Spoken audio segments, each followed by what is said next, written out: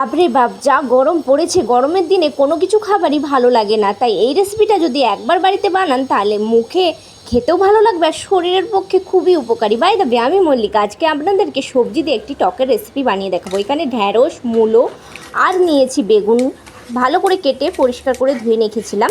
এখানে কড়াইতে সর্ষের তেল গরম করে দিয়ে দেবো শুকনো লঙ্কা আর পাঁচফোড়নটা আর শুকনো লঙ্কাটা ভালোভাবে ভাজা হয়ে গেলে সবজিগুলো একে একে দিয়ে দেবো। প্রথমে দিয়ে দেবো মূলোটা, তারপরে ঢ্যাঁড়সটা আর বেগুনটা। ভালোভাবে সবজিগুলো একটু ভাজা হয়ে গেলে দিয়ে দেবো হাফ টিস্পুন নুন, দুটো কাঁচা লঙ্কা, হাফ টিস্পুন দিয়ে দেবো হলুদ গুঁড়ো, হাফ টিস্পুন লঙ্কা গুঁড়ো, আর এখানে সাদা সর্ষেকে বেটে রেখেছিলাম অল্প একটু, ওটা দিয়ে দেবো। ওটা দিয়ে ভালো করে একটু কষিয়ে নিয়ে জল দিয়ে ঢাকনা দিয়ে রেখে দেবো সেদ্ধ হতে। যখন ভালোভাবে সেদ্ধ হয়ে যাবে, এখানে আমি তেঁতুলকে আগে থেকেই ভিজিয়ে কাঠটা বের করে রেখেছিলাম, ওটাকে দিয়ে দেব।